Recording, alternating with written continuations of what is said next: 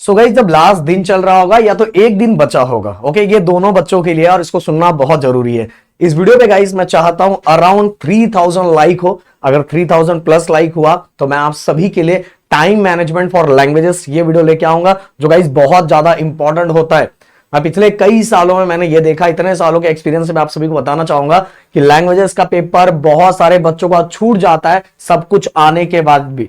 तो भाई अगर चाहिए तो इस वीडियो पे मुझे 3000 से 5000 लाइक एंड कमेंट बॉक्स में बस ये चाहिए कि सर चाहिए बस टाइम मैनेजमेंट लिख देना, मैं समझ जाऊंगा और आने वाला हर बच्चा इस चैनल को सब्सक्राइब करके जरूर जाएगा। अब गाइस हर बातें मेरा ध्यान से सुनना, जो आपको सुनना बहुत जरूरी है। देखो दोस्तों, जब बहुत बेकार question, syllabus incomplete, revision, importance, stress, सब चीजों पे मैं बात करूंगा जिसको आपको सुनना बहुत जरूरी है। देखो दोस्तों, 10th स्टैंडर्ड है, आप पहली बार लाइफ में बोर्ड एग्जाम देने जा रहे हो एंड मैं चाहता हूं 10th स्टैंडर्ड का ये बस पहला ही बोर्ड एग्जाम हो और एक ही बार दो। ये नहीं कि आपने मार्क्स को बढ़ाने के लिए फिर से आप एग्जाम दे रहे हो या तो फिर कुछ गड़बड़ हो गया उसलिए एग्जाम दे रहे हो, तो नहीं भाई, ये आपका लास्ट 10th स्टैंडर्ड होना चाहिए, इसके बाद डायरेक्ट 11th होना चाहिए। ये पहली बात, ये दिमाग में रख लेना।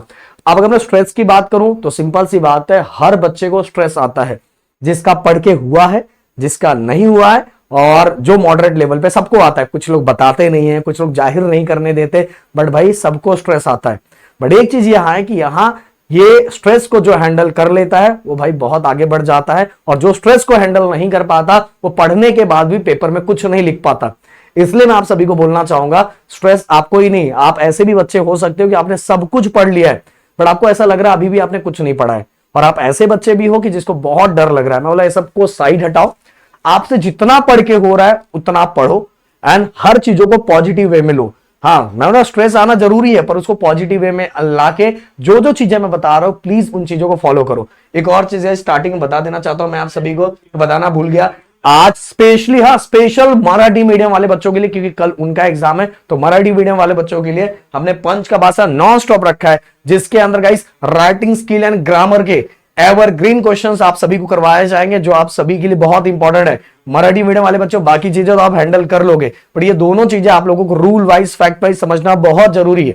और ग्रामर वाली, राइटिंग स्किल वाली बहुत सारी चीजें तो बाकी मीडियम के बच्चे भी देख सकते हैं, क्योंकि उनका भी लगभग बहुत सारी चीजें सेम होती है, तो आप देख सकते हो, सीख सकते हो।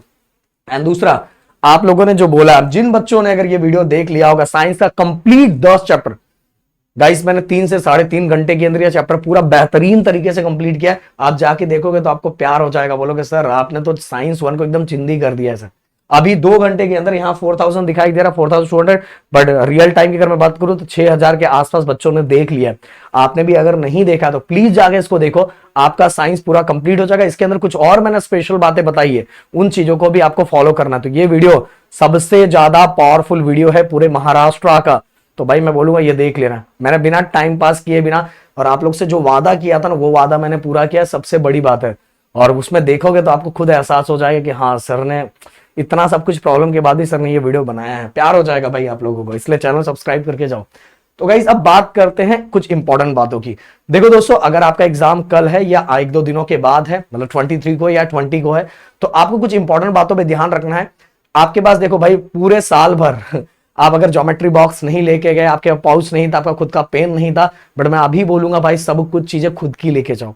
खुद का एक पेंसिल हो, एक नहीं 2 पेंसिल होना चाहिए, 2 सब चीजें 2-2 3-3 रखो, 2-3 पेन होना चाहिए, और पेन जो रहे वो सेम ब्रांड का यूज करो जो आप पहले 1-2 महीने से यूज कर रहे हो, ऐसा पेन आपके पास होना चाहिए। साथ में गाइस हॉल टिकट। अब आप में से बहुत सारे बच्चे ऐसे होंगे जो इसको लेके क्वेश्चन कर रहे होंगे, सर मैंने हॉल टिकट को लेमिनेट कर दिया है सर, मैं ये हो गया। यार भाई लेमिनेट कर भी दिया है, नहीं भी किया तो कोई इशू नहीं होने वाला, चुपचाप जाओ, इतना ज्यादा टेंशन नहीं लेने का। पर हॉल टिकट आपके साथ होना बहुत ज्यादा जरूरी है, हॉल टिकट। और साथ में गाइस मैंने आपको बताया pen, pencil, eraser, then scale बड़ा वाला स्केल ले लो, वो वाला स्केल आपके पास होना जरूरी है। और साथ में गाइस आपके पास टाइम के लिए वॉच, और डिजिटल वॉच नहीं होना चाहिए, नहीं तो आपको बाहर निकाल दिया जाएगा। डिजिटल वॉच नहीं रहना चाहिए, कोई भी डिजिटल चीजें नहीं होनी चाहिए। और साथ में पानी का बॉटल, और जो पानी का बॉटल होगा गाइस वो विजिबल पानी का बॉटल होना चाहिए। और साथ में पाउच बोला जाता है, पाउच ऐसा होना चाहिए जो विजिबल हो, ओके, जो दिखाई दे, नहीं तो बहुत बार टीचर्स परेशान करते हैं, ये बातें याद रखना, समझ आए। और मैं आप लोग को बोलूंगा कि अगर हो सके तो शूज के बदले आप लोग सैंडल पहन के जाओ, जिससे बिना मतलब वहां शूज ओपन करवाएंगे उसमें आपका टाइम जाएगा और पहला बोर्ड एग्जाम है तो आपका स्ट्रेस लेवल अपने आप बढ़ेगा। इससे अच्छा चुपचाप सैंडल पहन के चला जाओ भाई, हम देसी लोगों कोई टेंशन नहीं है, इतना हीरोगिरी करके जाने की जरूरत नहीं है।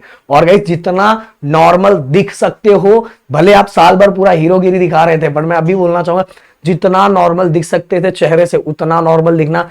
फुल अगर यूनिफॉर्म पहन के जाने वाले तो फुल यूनिफॉर्म अच्छी तरीके से सिस्टमैटिक वे में, भले आज तक कॉलेजेस के अंदर आपने इन कभी नहीं किया, अगर आपका टाई है तो टाई कभी आपने नहीं पहना, पर मैं आप सभी को बोलूंगा भाई अभी पैटर्न फॉलो करो, क्योंकि उस हॉल के अंदर जो टीचर बैठी रहती है वो आपको इसी वाइज एनालाइज करती है एंड फिर वहां बहुत सारी चीजें हो जाती है। इसीलिए जितना नॉर्मल दिख सकते हो उतना नॉर्मल दिखना, बिना मतलब स्टार्टिंग में इधर उधर भागना स्टार्ट मत करना, नहीं तो भाई आपके पेपर के लास्ट तक ना आप बहुत ज्यादा पछताओगे, मेरा वादा है।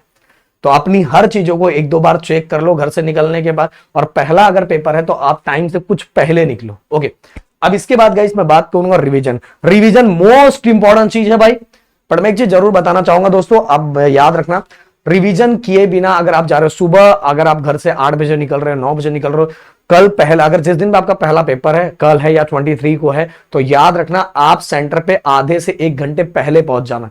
ओके, एक दिन पहुंच के चेक करने की जरूरत नहीं है भाई, वहां सब कुछ पता चल जाता है, समझ में आया, वहां सब कुछ, हाँ बस सेंटर कंफर्म कर लेना, वहां सब चीजें पता चल जाती, तो वहां इतना ज्यादा स्ट्रेस मत लो। हाँ 1 घंटे पहले, एक दिन मतलब पहले एग्जाम में पहुंच जाना, जिससे जो भी चीजें आप ढूंढ लोगे सब कुछ समझ में आएगा, और वहां बहुत लोग हेल्प करने के लिए भी रहते हैं, इतना ज्यादा स्ट्रेस मत रखो, समझ में आया। अब दूसरी बात गाइस, 10 बजे आपको सेंटर पे पहुंचना पड़ेगा, क्योंकि 10:30 बजे सब कुछ बंद कर दिया जाएगा, आपको लिया नहीं जाएगा, इसलिए मैं बोलूंगा 10:30 के आप 9:30 बजे के आसपास पहले एग्जाम में पहुंच जाओ, जिसको सभी चीजों को आप एनालाइज कर लोगे। एंड रिवीजन, मेरा हमेशा आदत क्या रहता था भाई पता है, मैं रिवीजन या राहुल सर हम लोग क्या करते थे, अगर हम एग्जाम सेंटर पे पहुंच गए या घर से हम निकल गए तो भाई हम बुक को हाथ नहीं लगाते थे। बहुत सारी जगहों पे आप देखोगे रिक्शे में जाते समय, बाइक पे जाते समय, कहीं से भी जाते, भले जिंदगी भर उन्होंने बुक टच नहीं किया पर बुक हाथ में रहेगा। मैं किसी को बोल नहीं रहा हूं भाई, अगर आप कर रहे हो तो बहुत अच्छी बात है, मैं अपनी बातें बता रहा हूं। घर से निकलो तो भाई माइंड फ्रेश करो, अब जितना हो चुका है हो गया, अब चुपचाप जाके बस एग्जाम में छापना है। छापना है मतलब लिखना है भाई, छापना नहीं है, लिखना है। ओके, और गाइस मैं बताना चाहूंगा कि आप सुबह ही उठ जाओ और सुबह उठ के अपनी चीजों को रिवाइज कर लो, जितना भी आपने पढ़ा उसको रिवाइज कर लो। अगर रिवाइज किए बिना जाओगे तो बहुत ज्यादा पछताओगे, इसीलिए सुबह अगर आपसे कुछ एक्स्ट्रा नहीं हो पा रहा है तो जितना पढ़ा है उसका रिवीजन करके जरूर जाना। अब गाइस मैं बात करूंगा बेकार क्वेश्चन, ये अभी आपको एहसास नहीं होगा, पर जब पेपर देख के आओगे, आते रहोगे, और अभी भी हो सकता है एहसास ना हो, रिजल्ट के टाइम एहसास होगा, बोलोगे यार मैं तो इतना सब लिखा था, मुझे मार्क्स क्यों नहीं मिला। इसके पीछे के बहुत सारे रीजन होते हैं। एक रीजन सबसे सिंपल सा बताऊंगा, सीबीएसई का 10th स्टैंडर्ड का पेपर स्टार्ट हो चुका है, उनका अभी मैथ का पेपर था। जितने भी टॉप यूट्यूबर हैं उन सभी का कमेंट सेक्शन जाके रीड करना, आपको मेरी बात समझ में आ जाएगी कि बहुत सारे जगहों पे बोला जाता है मैं पेपर ये लीक कर दूंगा, मैं ये कर दूंगा, वो कर दूंगा, ऐसा कर दूंगा, वैसा कर दूंगा। जो बच्चे जाके उनको सुना रहे हैं ना, जो सुना रहे हैं वो उनको समझ में आ रहा है। तो इसीलिए बोलना चाहूंगा मैच्योरिटी रखो, आप में ज्यादातर बच्चे हो सकता है मैच्योर होंगे, ऐसा कुछ होता नहीं है, बस वो अपना वॉचिंग बढ़ाना, अपना व्यू बढ़ाना, अपनी ये चीजों को करने के लिए ये लिखी जाती है, जबकि ये इलीगल वर्ड है। और गाइस मैं बताना चाहूंगा स्टेट के एमएलए ने ये मुद्दा अब उठा दिया है और इस पे वो खुद एक्शन लेने वाले हैं कि ये जो लिखा जा रहा है लीक वर्ड एक तरह से खुद से इलीगल वर्ड है, जिससे बच्चे लीक देख के उनको लगता है क्वेश्चन पता चल गया और क्वेश्चन वही क्वेश्चन आने वाला है। ऐसा नहीं, आप इंपॉर्टेंट क्वेश्चन दे सकते हो चीजों को एनालाइज करके, उसके लिए भी आपका खुद का इतने सालों का एक्सपीरियंस मैटर करता है। कुछ भी उठा के दे रहे हो, आपका तो आपको मिल जा रहा है पर बच्चों की बैंड बच जाएगी, आपको उससे क्या ही लेना देना, क्योंकि आप आके 4 क्वेश्चन उसमें बता दोगे। बच्चे तो अभी समझदार नहीं है, इतने समझ नहीं पाते, उनको लगता है अरे हाँ यार ये तो 4 क्वेश्चन बताया था, ये आया था, ऐसा है। ऐसा नहीं भाई, इसीलिए बोल रहा हूं खुद को चीजों को एनालाइज करो। अभी जाके मैं बोल रहा हूं सबसे सिंपल सा एग्जांपल मैंने दिया है, और एक और एग्जांपल दूंगा। 12th का स्टेट बोर्ड का भी, अपना स्टेट बोर्ड का भी फिजिक्स का पेपर हुआ था, उसमें भी जो बच्चे लीक के पीछे पड़े थे ना, हर बच्चे की बैंड बजी है। अगर आपने इंस्टाग्राम पे बहुत सारे रील को देखा होगा तो आपको समझ में आ गया होगा, और जिसने हमें फॉलो किया है उसकी लाइफ जिंगा लाला हुई है। अब जाके पूछ लो किसी भी आजू बाजू में कहीं भी होंगे ना, वो 12th वाले बच्चों का बकल आ चुकी है, उनको समझ। इवन 10th स्टैंडर्ड के जो सीबीएसई के बच्चे हैं, अगर आपके आजू बाजू में कोई होंगे तो उनसे भी पूछ लो। इसीलिए दोस्तों बेकार के क्वेश्चंस की तरफ इधर उधर झाको वाको मत, चुपचाप भाई मैं बताना चाहूंगा पेपर बहुत सिंपल होता है, हद से ज्यादा सिंपल होता है, ऐसी कोई चीजें नहीं होती, बस इसका हवा उठा के रखा जाता है, समझ में आया। अपनी रोटियां सेकी जाती है, बट ऐसा कुछ नहीं होता भाई। अगर कोई ऐसा बोलता है कि ना मैं लीक कर सकता हूं, तब तो भाई हम लोग ऑब्जर्वेशन करेंगे, क्योंकि हमने 12th में ऑब्जर्वेशन किया। तो बोल रहा ऐसा पॉसिबल ही नहीं है, ऐसा होता ही नहीं है, समझ में, ऐसा होता ही नहीं है। और इस चक्कर में अपनी बैंड बच जाएगी। और सीबीएसई का जाके देख लो, सबके कमेंट सेक्शन देख लो, जो बड़े बड़े तुर्रम खान थे उनके नीचे कमेंट जाके देखो, आपको समझ में आ जाएगा। और अभी आपका स्टार्ट हो रहा है, तो आप इन चक्करों में बिल्कुल मत पड़ो। बहुत सारे टेलीग्राम पे बहुत सारे क्वेश्चन इधर उधर दिए जा रहे थे पैसे लेके, ये भी हाल किया जा रहा था, ये भी हाल 2-2 हजार 1.5-1.5 हजार। मैं बता रहा हूँ 4 साल पहले जो बच्चों को हम लोग इंपॉर्टेंट क्वेश्चन देते थे, वो इंपॉर्टेंट क्वेश्चन को 100-100 रुपए में बेचे जा रहे थे। इन चक्करों में भी आपको बिल्कुल नहीं पढ़ना है भाई। आप स्ट्रेट फॉरवर्ड जो हम लोग बता रहे हैं, जो आपके प्रदीप सर, जो राहुल सर बता रहे हैं, मैं प्लीज रिक्वेस्ट कर रहा हूं, बस वो फॉलो करो। आप एग्जाम में झंडे गाड़ के आओगे भाई। आप सोचोगे यार, इसीलिए ये जो प्लेटफॉर्म है इतने सालों से ऐसे ही नहीं चल रहा है, इसलिए 12 के बच्चे इतना प्यार दे रहे, ऐसे ही नहीं चल रहा है। नहीं तो लोगों का प्लेटफॉर्म 1-2 साल में खत्म। बट इतना इसलिए दिखा जा रहा है क्योंकि हमें पता है, पूरी लॉयल्टी और पूरे ट्रस्ट के साथ बच्चों के साथ काम करते हैं, और वो बच्चों को एहसास होता है। इसलिए बेकार के क्वेश्चंस की तरफ बिल्कुल मत बढ़ो। तुम्हारा पैटर्न, एंड भाई मैं बोल रहा हूं, इतने दिन पढ़ते पढ़ते तुम्हें खुद भी एनालाइज हो जाता है, समझ में। तो बेकार के क्वेश्चंस और बेकार की चीजों की तरफ नहीं बढ़ना है, और अपने पैटर्न को देख के उसी वाइज आगे बढ़ना है। अब गाइस, जिन बच्चों का सिलेबस इनकम्प्लीट है, देखो गाइस, लैंग्वेजेस के अंदर आप बहुत बार बहुत सारी चीजें अगर आपको नहीं भी आ रही, फिर भी लिख के आओ। जो आपको लग रहा है वो लिख के आओ, छोड़ो मत। हर चीजों का एक टाइम मैनेज होता है, और लैंग्वेजेस के अंदर टाइम मैनेजमेंट को समझना तो बहुत जरूरी है। मैं बताना चाहूंगा, साइंस का भी अगर सब्जेक्ट हो, अगर आपको चैप्टर के बारे में थोड़ी बहुत चीजें आपने कहीं सुनी है, तो 2 मार्क्स के लिए 4 पॉइंट लिख दो। अगर 3 मार्क्स का है तो ऐसे मतलब मार्क्स वाइज बट डबल कर दो, जो भी मार्क्स वाइज है उसको डबल कर दो। देखो गाइस, मैं बोल रहा हूं, जैसे गिव रीजंस आते हैं साइंस के अंदर, 2 मार्क्स का 4 पॉइंट लिख दो। अगर आपको कुछ उसके बारे में कुछ मतलब जो मेन टॉपिक वो नहीं दिया है, पर कुछ तो आता है, तो जो आता है वो वहां लिख दो। समझ, जो आता है उससे छोड़ने से अच्छा वो लिख के आओ। पेपर सबसे पहले कभी ये मत बोलो कि सर मैंने 80 में से 60 मार्क्स का पेपर अटेम्प्ट कर गया। नहीं भाई, 80 में से 80 मार्क्स का अटेम्प्ट करने का पूरा टारगेट आपका होना चाहिए। भले आपको जो नहीं आता वो भी उसके अंदर ऐसा लिखो कि पेपर चेकर को लगे अरे इसने तो लिखा हुआ, कुछ ना कुछ मार्क्स उससे रिलेटेड कुछ ना कुछ लिख के आओ, देखो आपको मार्क्स मिलेंगे। बोर्ड का पेपर बहुत सिंपल चेक होता है, मैं बोल रहा हूं, इतना ज्यादा स्ट्रेस बिल्कुल मत लो। ये मेरा वादा है, आपको 9th स्टैंडर्ड में 8th स्टैंडर्ड में जितने मार्क्स नहीं मिले, उससे कई गुना ज्यादा मार्क्स 10th स्टैंडर्ड के अंदर मिलेगा। बस पैटर्न एंड रूल, लैंग्वेजेस के राइटिंग स्किल को एकदम pattern wise, board rule wise, उस वाइज ही फॉलो करना है। कुछ भी सुन के कुछ भी करोगे भाई तो मार्क्स जाते हैं, समझ में। इसीलिए बोर्ड रूल वाइज चीजों को फॉलो करके कि इसमें इतने लाइन लिखना है, इसका पैटर्न ऐसा होना चाहिए, इसका पैटर्न ऐसा होना चाहिए, ये ऐसा होना चाहिए, उसी वाइज आगे आपको बढ़ना है। कुछ भी किए जा रहे हो तो भाई लॉस होगा आपका। आप और लॉस पता है, लॉस तो पता नहीं, क्योंकि आपको लगेगा अरे मैंने तो सही लिखा है, पर कब आएगा, जब रिजल्ट आएगा ना, तो रिजल्ट आने के बाद आपको झटका लगेगा, यार इतना लिखा था, मेरे दोस्त का तो मार्क्स ज्यादा आ गया, तो ऐसा हाल हो जाएगा, समझ में। इसलिए बोल रहा हूं, सबसे बड़ी बात, ये ग्री ट्यूटोरियल जो प्लेटफॉर्म है, ये प्लेटफॉर्म, ये जो पंच का भाषा सीरीज है ना, ये महाराष्ट्र का सबसे पुराना सीरीज है। जिस सीरीज के अंदर लोग, बहुत सारे लोग एक एक सब्जेक्ट या हैंडल करते थे, हम लोग सीरीज के अंदर सब सब्जेक्ट हैंडल करते हैं। इसीलिए महाराष्ट्र का सबसे पुराना सीरीज, जिसके अंदर सब सब्जेक्ट को हैंडल किया जाता है। और एग्जाम के एक दिन पहले जिस तरह से पढ़ाया जाता है, जिस तरह से बताया जाता है, बच्चों के दिमाग में फिट हो जाता है। इसका लाइव एग्जाम्पल ना, बस ये साइंस 1 जाके देखो।